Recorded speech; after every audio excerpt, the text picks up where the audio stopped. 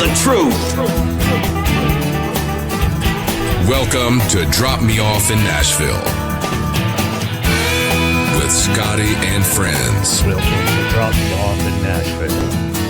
This is a great opening. I love it. That's Mark Maynard. That's his talent. You guys, you got to look him up and hire him because he's fantastic. Hey, welcome to Drop Me Off in Nashville, the show that takes you right inside the heartbeat of this crazy town called Nashville. The music, the business, the tourists, the dreamers, the legends, the grave sites, the houses, all of it. Listen, the new wave of artists fighting for radio space, AI artists, TikTok singers, it's not going to last. It's not going to last. I don't think it's going to. Mark, do you think it's going to last? I mean, it's not going to last, right? No way. No, I don't think so. I think it's a phase. I think the execs are going to figure it all out and deal with how this AI crap's got to be dealt with, and it's going to be done exactly the way it's supposed to. Everybody's all excited about it. No, I think the industry will just absorb it in. Like almost embrace it in a way, right? Yeah. And then it's going to take the power away from the I'm a great songwriter because you're really not, because AI is. Right. It's not going to last. I don't know. TikTok brought on Zach Top. We talk about that in a few shows. I'll talk about it probably in 100 more because he did it right. I guess if you're going to study anybody's story, look up Zach Top and what he did online, and maybe you'll get that Craig Wiseman guy that will come in and help you the right way and not ask for your pocketbook. I don't know. The truth behind today's record deals, get a legitimate management company to help you. Nashville tourist boom. Oh my gosh, 18.5 million tourists are coming to Nashville. So imagine if you're one of those artists down there playing on Broadway and you have 18.5 million people coming throughout the year to come and see you.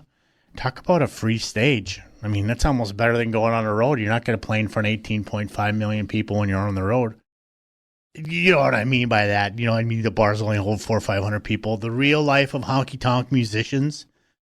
Every neon sign has its own story. I love that. You go into Tootsie's, it's a certain feel. You go into Kid Rock's, it's a certain feel. You go into Friends in Low Places, it's a different feel. You go into Lanny Wilson's, it's different. You go into Dirks Bentley's, it's different. All these different bars, and there's all just incredibly. Remember this town used to run on one sound? Country music. Now it runs on like 15. I mean, you've got country pop, red dirt, traditional, folk, trap country, rock country. I mean, you can even, there's like, some songs you'll hear a fiddle and steel, some songs you won't. Think about how these new artists come to town and are just kicking the doors in, like Jelly Roll and Morgan Wallen and Lanny Wilson, how they reshaped the sound of country music today. I got to say something about Morgan Wallen. Morgan, why do they keep jacking you around with these award shows? I don't get it, man. You're huge. What's the politics? Who's doing what? And you want to know what? I'm kind of happy that you go, my head's high, my middle finger's higher, because I'm not showing up because you guys are a bunch of jackasses. Every time I see the nominations come out and I'm like, Morgan should be on all of this stuff. And just because, look what he does at his concerts. He sells these things out like crazy. People are going absolutely, he puts music out so incredibly fast and so good that you can't get enough. Anyway, these guys are doing great. And Lanny Wilson is, man, girl, you've really made your own. And congratulations on getting married to your husband. That's fantastic. Good for you. Deserved everything that you've done. You worked your butt off, and good for you. I think it's awesome. Broadway musicians are being discovered on TikTok, not label scouts. We just said that. It's going away. And it's going away. It's just a phase like everything else. The advantage and danger of viral country won't last. These one-hit wonders, it doesn't last. It can't. It's not a business model anymore. There's no money. You get 1 million streams on Spotify, and an independent artist, you get $4,000 to $6,000. Maybe the label's probably gonna get you 6 to 8, but that's $1 million. That's nothing. That's like cutting one song, and then you barely make your money back off it. Why new artists are skipping the old model and dropping singles every 6 to 8 weeks? It makes sense. Look at the format. Watch the charts. Look at what, like I just said about Morgan Wallen. He's dropping a song constantly. It's no longer 16 weeks and then you bring in another one and then 16 weeks. And none of that. It's all changed because everything is all digital. And those are the things, guys out there that are trying to get in the music business or as an independent artist, watch that. Do what they're doing. Follow those leads because you're not going to change anybody's mind on Music Road. That's not going to happen. You're going to have to follow what they're doing. So if they're dropping every 6 weeks, you damn well better be dropping every 6 to 8 weeks as well, because that's what's happening. The pressure radio programs are under for superstar releases clogging the charts, like we talked about Taylor Swift. She got her album out. She put it all out at one time. Every single could have been released, but she can. It's Taylor Swift. It's no different than the Beatles years ago. It's no different than Garth. It's no different than any of these major stars who do this type of thing. It's not about them just putting a song out anymore and getting on the radio. That was fun and great day one, but now we're day 4001 and we want to do something bigger, and bless these artists for doing that. Good for Taylor. You could hear 4 bands on Broadway in one night, right? Who are you going to sit and watch when you get down there? How are you as an artist going to keep those people inside of that bar so they don't go, this song sucks, and then they just walk 50 feet and they got a whole new sound, a whole new artist, whole new look, whole new band, whole new everything. You have to keep people there. Speaking of labels, let's pull the curtain back on it a little bit. Let's talk about what labels, what they're like. The good, the bad, the ugly, and why young artists, they get trapped or they get shelved. I'll tell you what that means. Getting shelved is probably the worst thing. We're going to sign you.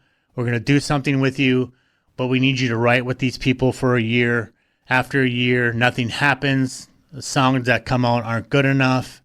You never see the light of day, and you sit on the shelf and you become Warner Brothers tax write-off. Ouch. It stings. Don't do that. Make sure when you go in there, when you knock them out with the song that they signed you with, that's what's going to go out. That's what the trajectory is. That's what you're going to work with. Remember, they work with you. You don't work for them. It's a team. The label wants you. It's because they know that there's something in you. You got to make sure that stays that on that, and that they don't have the opportunity to put you on the shelf, because you're going to work your ass off to make sure that doesn't happen. There's these new deals that they started out called a 360 deal. And it's exactly what it means. They get a piece of everything you do. Merchandise, Spotify, shows, everything you possibly do, they get a piece of it. Do not ever sign a 360 deal. There's also deals out there that are structured by about 75-25. They take 75, you take 25. The first 25% you make, you have to pay back the original advancement that they give you. So let me explain that to you.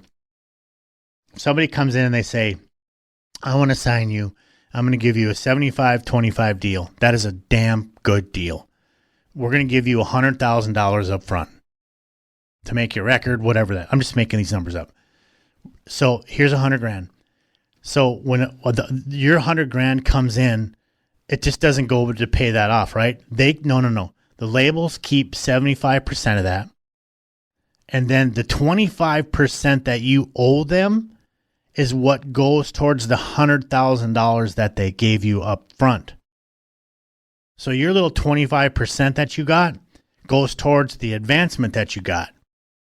So instead of taking a limo to the airport or flying private, maybe don't do that.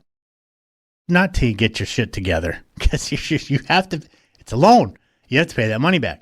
So imagine if a label comes to you and says, "We're going to do a 90-10." That's probably the worst thing. That would suck. I would run out the door and laugh on the way out. I would not go anything less than an 80-20. Now, some managers might disagree with me.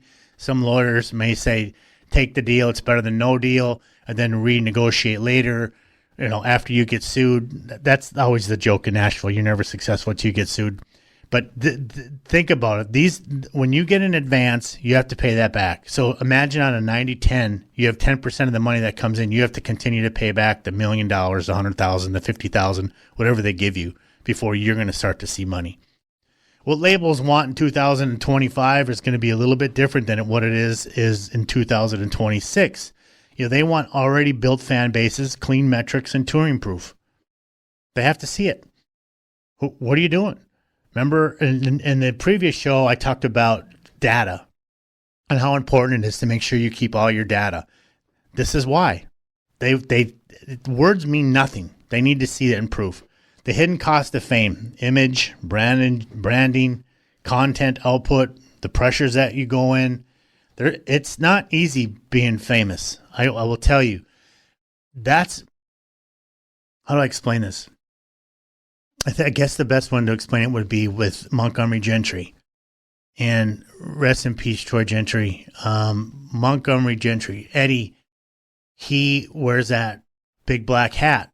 That's his image. Garth wears that cowboy hat. That's his image. Kenny Chesney wears that cowboy hat. That's his image. Rodney Atkins would wear a baseball cap. That was his image. Lanny Wilson has that big hat and bell bottoms. That's her image. Watch for those things.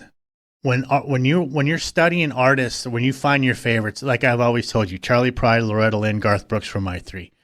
I studied them in every single way, and I wanted to know what they did and why they did it and how they became famous, and how they handled themselves privately was what mattered to me, because then that really was how they were out in the world. Watch the details. When they go to a award show, how do they conduct themselves? Are they there sitting there drinking a red Solo cup and acting like an ass? Or are they dressed up to the nines, respecting the craft? Or are they a bad boy? You see what I mean? You have to trying to find out what their brand is. What are they doing? Why are they doing it? How they look, how they dress. When they put things on social media, are they showing things about their family, or is it just all about the music industry? And why is that? It's part of the brand. It's part of their building their fan base. It's giving the fans just a little piece of them without giving them too much of them. But that's done strategically. Learn that. Why most artists are better off independent until they hit 100,000 engaged followers. This sentence to me, I don't even know why I wrote it. Because why most artists are better off independent until they hit 100K plus engaged followers. You're going to be independent anyway. So I don't know what I was thinking or what my thought process was when I wrote this, but you're not going anywhere anyway if you only have 100,000. So you have to build that. So I don't even know why I did that, but advice to newcomers moving to Nashville with stars in their eyes. Listen to my previous show that we just did the week before this one. I talked about that in great detail. There's so many things that you will learn once you get to Nashville that I don't want to go through that again, because I did a whole show on it, because there's a lot that you have to take into account. When I'm managing artists, what works and what destroys their career? Them. You destroy your career. Period. There's nobody to blame but yourself. I'm not going to do the work for you. I'll help you, I'll guide you, I'll show you, but I do not want your dream more than you do. Let me say that again. You will destroy your career. I do not want your dream as much as you do. Nobody does. I could sit and tell you that, but it's not me. It's like loving your own kids. Nobody's going to love your kids more than mom and dad. I mean, you got step parents and grandmas and grandpas, and they all love you, yes. But your parents, they love you. It's the same thing here. Nobody's going to love your career more than you do. If you want it, you have to want it more than anybody in the room. I remember I read a story that there was 20 people, just kind of paraphrasing, in this room, and Garth was one of them. And the guy said Garth was the only one who deserved the career, because if you put all those 20 people together, Garth outworked all 20 of them put together. He wanted it that bad. He wasn't going to take a nap. He wasn't going to say, we'll do that tomorrow. He did it then. You have to have that mentality. You have to fight for what you want. We can help, we can guide, we can show, we can tell, but we can't do what you can do. I can't be you. You have to be the artist. I'm going to be at the house sleeping while you're just taking a stage at 10 o'clock at night. You have to be the one out there performing, not sleeping on the bus, wound up, dealing with the fans. If you're sick, still out there singing. Those are things that you have to do, not me. That's something that you have to figure out. And I love it when we start managing somebody and they fail, they blame us. Like we're the bad people. It's not us who are the bad people. It's that the talent wasn't there. It's the music business, you guys. You got to remember that. You know, I'm going to discuss with you the first time I saw an artist from a hopeful to be burned out because they trusted the wrong people. I've seen it a million times in Tennessee, in Nashville. They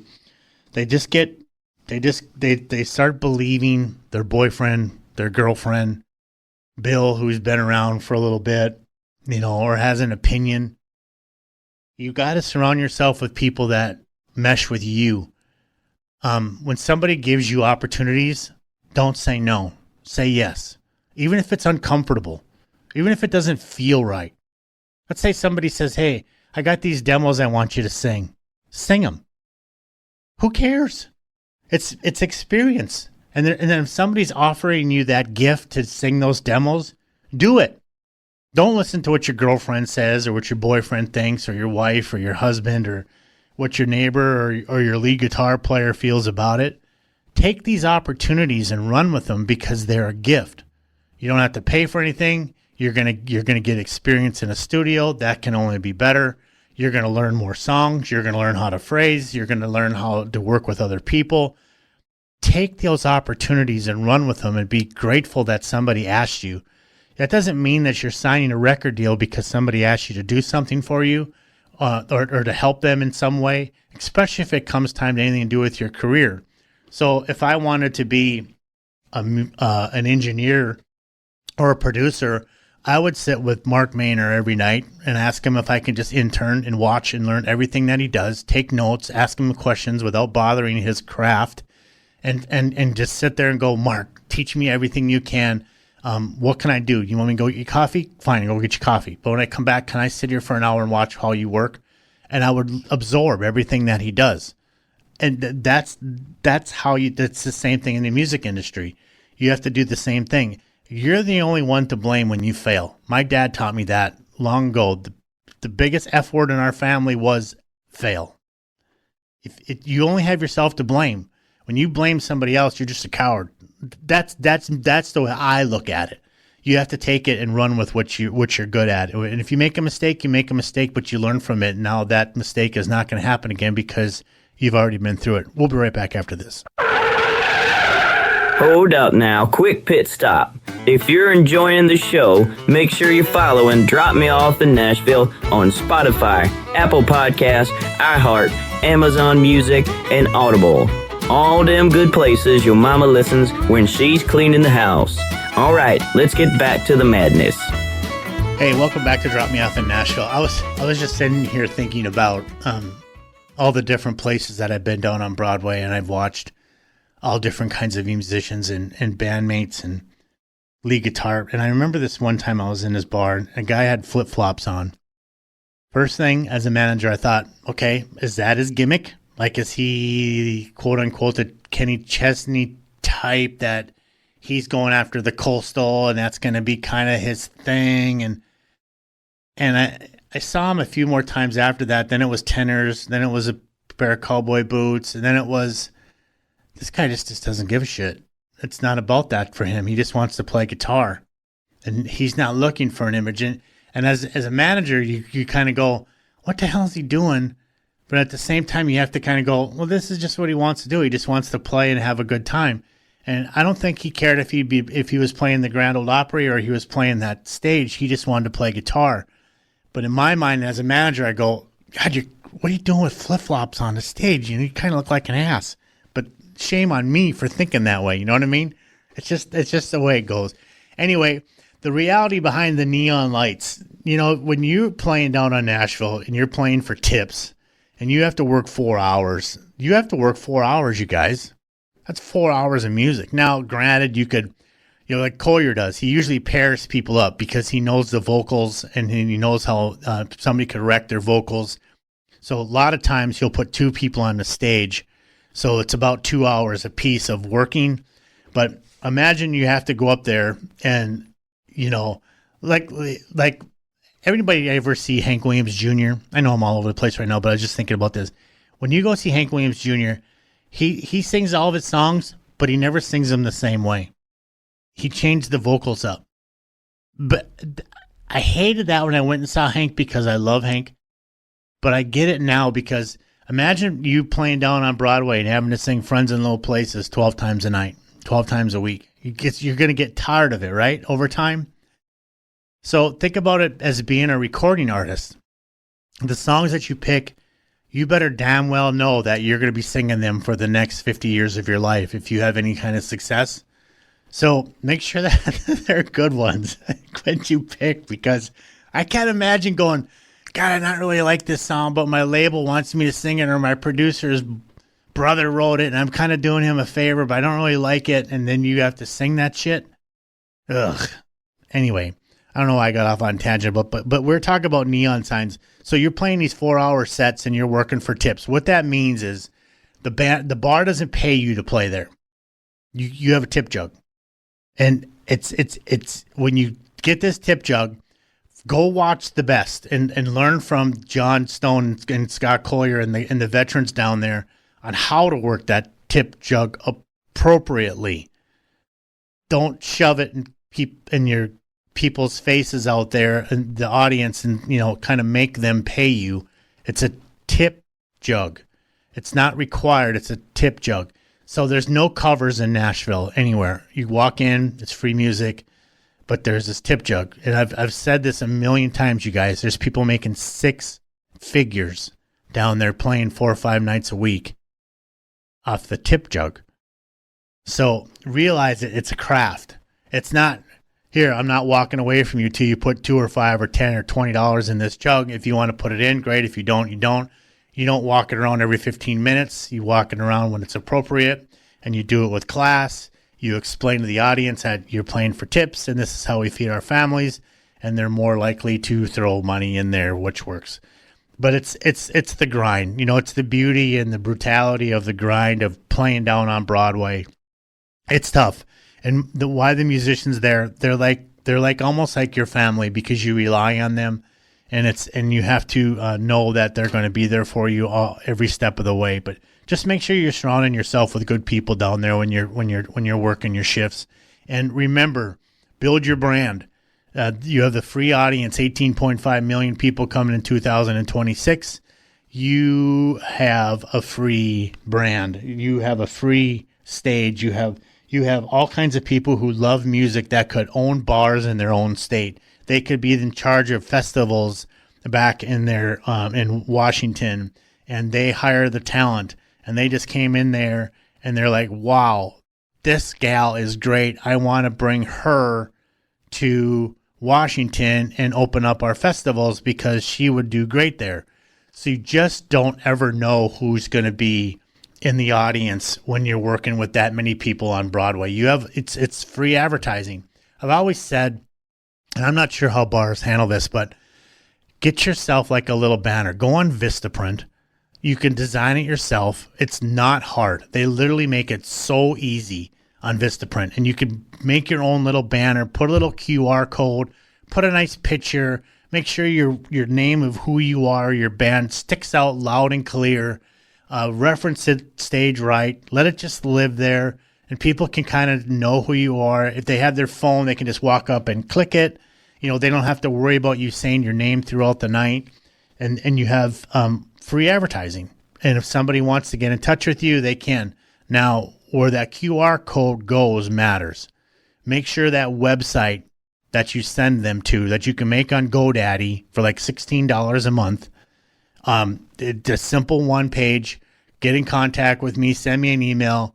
Easy. Don't send them to Facebook or Instagram or all this other crap. You can put those links inside of your GoDaddy account.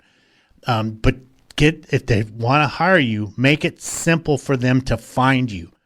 As soon as you make it complicated and you think that, you conjured up in your head, well, they just go to my Facebook page and they just know they can message. Well, people don't know all that. Email, it's professional, it looks good. Hey, welcome to my site. If you want to get in contact with me, click here. And GoDaddy will walk you through all that to set all that up. It's super, super easy. Let's talk about AI and songwriting a little bit. Mark, you and I talked about that quite a bit, didn't we, about AI?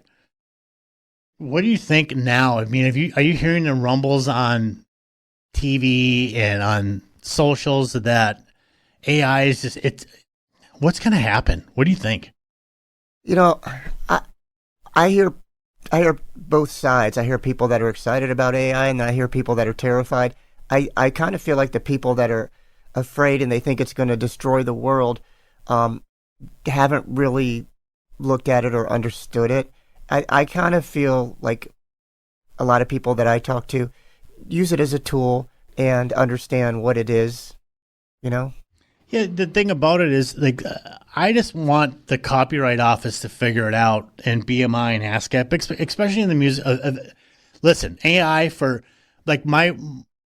when I go grocery shopping and if we're on a diet I will literally say, ChatGPT, please tell me the foods I should buy for 7 days. I'm going to Publix. Tell me what I should get and eat because I want to lose 2 pounds this week. Help me eat that certain food to do that. Hit enter, boom, push the whole thing out. I print it, bring it to the grocery store, buy the shit, done. Great, right? Easy. But for songwriting, if your song is written in AI, you're not a songwriter. Sting should. Probably doesn't, because everybody's telling you how great you are. It's bullshit. You're taking away from the craft. It's not soul. It's not you. You had a line, and AI built around that line. So my hope is that the Copyright Offices, BMI, ASCAP, and all those people, they put strict laws in place, strict rules in place, that if it's AI, you label it AI, and it goes here. And, there are songs on the charts that are number one that are AI, but they say that. But you can't be paid by AI. So that's what I kind of wonder and worry about. Is the labels going to kind of go, well, what the hell do we need artists for? Why don't we just make this other record label over here and we put the music out, we send it to the radio programmers, they play it, the check royalties come back to the label, we don't have to pay it out to publisher companies or songwriters, we keep all the profits. Would it work like that? Or the radio programmers and the radio stations go, F you, we're not paying you because this is AI, so you're not going to get our commercial BMI ASCAP money. How would that work, Mark? I mean, do you hear what I'm saying? Yeah, I think they're going to have to, and they're already starting to, I think they're going to have to put things in place so that, because their bottom line is they're there to protect the artist. The artist. BMI and ASCAP is there to protect the artist, right. The songwriter. So, like I'm saying, so you and I wrote a song on AI. We send it out. It goes number one. It's played on all these radio stations. Radio stations get commercials. They get money from that. They have to pay their royalty in the BMI or ASCAP, whatever that is. But it's not human. So why would a radio station have to pay? They shouldn't. It's not human. Then right. Who are you paying? Right. Because if BMI and ASCAP aren't going to pay AI because it's not a human, then why should the radio stations have to pay the So if holy crap! I mean, talking about this out loud. So if the labels start going, we're going to make this division of just AI. Well, how is that a financial model? There needs to be a reason why the label is not going to profit off of AI productions. You know what I mean? How can they profit? Because it's not human. Right, but what I'm saying is that there has to be a reason for the label to not be interested in just using AI to produce music as opposed to artists. There has to, I don't think that financially it's going to benefit them. I don't see how it can. I know Warner Brothers just signed a deal with Suno, I think.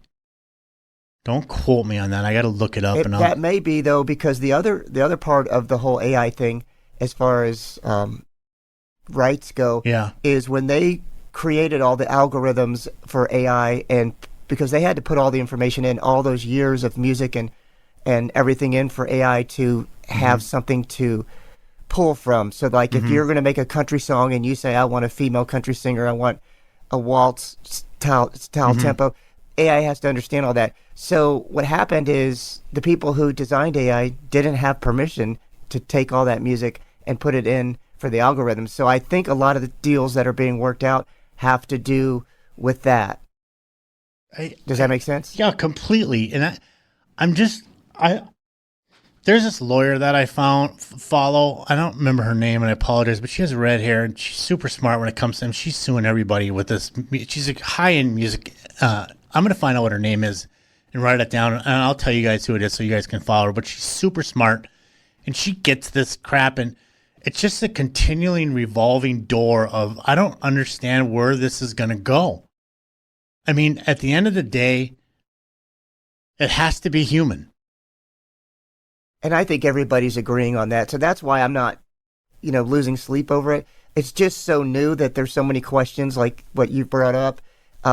And a lot of people are concerned about it. But I think at the end of the day, the industry realizes that they've got to protect the artists, and they've got to make sure that there's no reason for AI to take over the music industry. Do you think that it could end songwriting? I mean, listen, I could come in your office right now. You and I could write a kick-ass country song on the computer, and we wouldn't. Why would I need to pay a publishing company? Why do I need to pay a songwriter when I could just make it on the computer? Yeah, you could go in 2 minutes and type in some information, and it'll spit out a well-produced piece of music. But I think that what needs to happen from there is there's not a way to monetize that. And if you look at Suno and a lot of those sites, when they put their information in, they kind of say, this is available for you to use, but it's when you get to the commercial rights and that kind of thing, then it's not. So I think that's what those Suno and those places, I think they're really trying to look for people that want to do that. It's, you want to do a birthday song for your kid or for your grandparents and spit it out because you're not able to write and produce a song. I think that's kind of what it's designed for.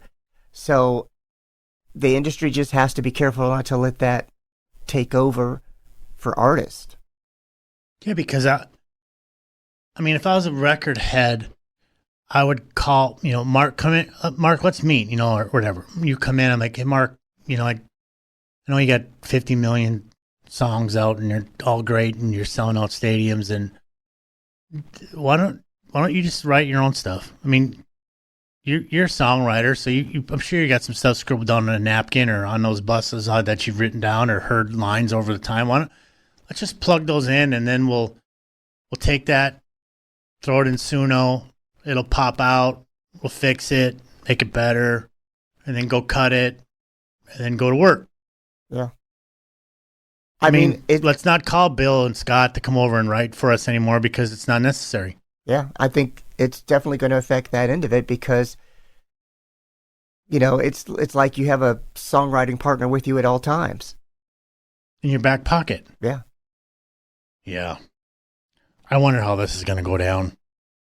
I just think that the industry is going to have to police it and find a way so that whether you're a publishing company or a label or even a radio station, that there's no financial benefit for you to play and put your effort into AI produced stuff. Mark, you could open up your own publishing company now. Like, I don't even need to go and knock on people's door in Broadway on Music Road and go, hey, will you please take an interview with me and listen to my stuff? And I could just open up my own publishing company now. Yeah. That's how ridiculously stupid it's got. Yeah. I mean, where's it going to end? I mean, as a label head, I would be scared of my job of letting something slip through that shouldn't have slipped through. Yeah. I mean, I may be taking that to another level, but I mean, if you think this through hard enough and long enough and strategically enough, you could write your own songs, put them through Suno, make them human, open your own publishing company, keep 100% of the 200%, negotiate your other 100% with a singer that's going to cut it. They want 20%. Now you actually get 180% of your song instead of having to give the first 100% away to your publishing company. I mean, come on. I'm sure, though, they have digital codes that they can put in there, because if you go on to Suno or anything like that and you try to type in an artist name, like let's say you write some lyrics and you say, produce me a song that sounds like AC/DC or something like that, a lot of times it comes back and it's with some kind of sentence that says this is against our licensing standards, or this is against, that kind of stuff just pops up. And same with YouTube. YouTube will, if you put up something on YouTube will YouTube's flag the devil. it. Yeah, they go overboard sometimes. But so there's digital codes and they know it. So I think that if you're a label person and someone sends you something, there's got to be a way that you can, because it's digital. Everything's digital now. So there's got to be a way that you can say, this was done on AI. So the thing is, though, is that's already in place with Suno. If you use the free version, if you pay them, all the rights are yours. I know. I don't know. No, it is. That's what. Yeah, and the lawyer lady that I listen to all the time, she was talking about that as well. She pulled up the contract, and she read it out loud. She's like, so really, what this means is that if you just go on there and do the free and don't pay them, that you have zero rights to it. But if you pay them, like pay for hire, they're paid, they're done. That music is yours. That would be a great episode to get her on. And I know, and because she does a podcast. And speaking of YouTube's the devil. You know that? I don't like them at all. And Garth said that about 20 years ago. That's why none of his stuff is on there. It's like I use this company called Buzzsprouts. And after we're done, Mark, you do what you do, and you send me your brilliance, and then we put the show up. And I go on this thing called Buzzsprouts. Any podcaster out there, here's a free advertisement for Buzzsprouts. You upload, it's so easy. You upload the episode that your producer sends you. Hopefully you'll hire Mark Maynard. And you type in the title, you type in the description, you hit save, you put the date that it's going to go out, and it puts it out on every single platform for you, and it tracks every single thing it does. Every Spotify, who's listening, how long they listened, where they listened from, what device they listened on, everything. I have every single stat you could actually imagine. And the only one that it will not track is YouTube. Yeah, I'm not surprised. Why? What's YouTube's deal? I mean, I have to put it on there. I guess I can unclick it and not post it on YouTube, but most all of my fans, it's like 53 some thousand last time I checked, is YouTube. And I get none of that credit. Yeah. I don't know what that is. They tend to go overboard with their policing. But they want my content. So here's another thing, Mark. Like anytime that you make one of our bumpers, and if it has some kind of music in the background, I have to argue with them because they'll flag it and say that this music isn't copyrighted. And it just frustrates me. And most of those, that's music we created. We're not even taking. Yeah, so imagine the aggravation. I go, hey, Mark, will you please send me over so I can deal with YouTube's bullshit? Right. I'm just like, I'm not even going to put it on there then. I just put it on everywhere else, and I have no problem. iHeart, all the different, there's like 15 different platforms the show is on. And I have to deal with their bullshit like on a weekly basis.